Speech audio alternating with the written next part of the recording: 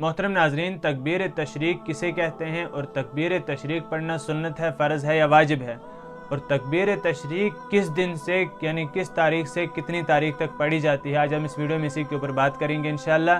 اگر چینل پر نئے ہیں تو چینل کو سبسکرائب کریں، فیس بک پیج کو فالو کریں اور بنے رہیں ویڈیو کے آخر تک۔ السلام علیکم ورحمۃ اللہ وبرکاتہ۔ محترم ناظرین، میرے چینل میں آپ کا خیر مقدم، امید کرتا ہوں کہ آپ سب خیر و عافیت سے ہوں گے۔ ناظرین کرام، ہمارا آج کا مسئلہ ہے تکبیر تشریق کا۔ آپ سب جانتے ہیں کہ تکبیر تشریق کہتے ہیں اللہ اکبر لا الہ الا اللہ واللہ اکبر وللہ الحمد کو، اسے تکبیر تشریق کہتے ہیں۔ یہ تکبیر تشریق کب پڑھی جاتی ہے؟ 9 ذوالحجہ کی، آج جو ذوالحجہ کا مہینہ چل رہا ہے، اس ذوالحجہ کی 9 تاریخ کو 9 ذوالحجہ کی صبح فجر سے لے کر 13ویں ذوالحجہ کی عصر تک ان تکبیرات کو ہر فرض نماز کے بعد پڑھنا ہوتا ہے۔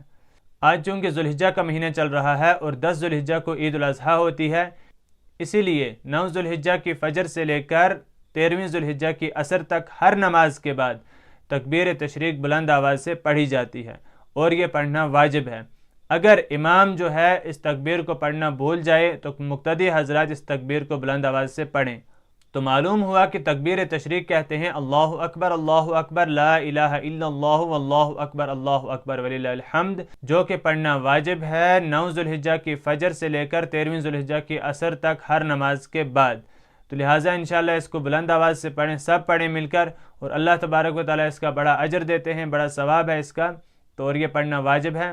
اس ویڈیو کو شیئر کریں، چینل پر اگر نئے ہیں تو چینل کو سبسکرائب کریں، فیس بک پیج کو بھی فالو کرنا نہ بھولیں، چونکہ اس چینل پر آپ کو ایسے ہی مسائل کی ویڈیو ملتے رہیں گے۔ آج کے لیے اتنا ہی، ملتے ہیں اگلے ویڈیو میں، تب تک کے لیے اللہ حافظ۔ السلام علیکم ورحمۃ اللہ وبرکاتہ۔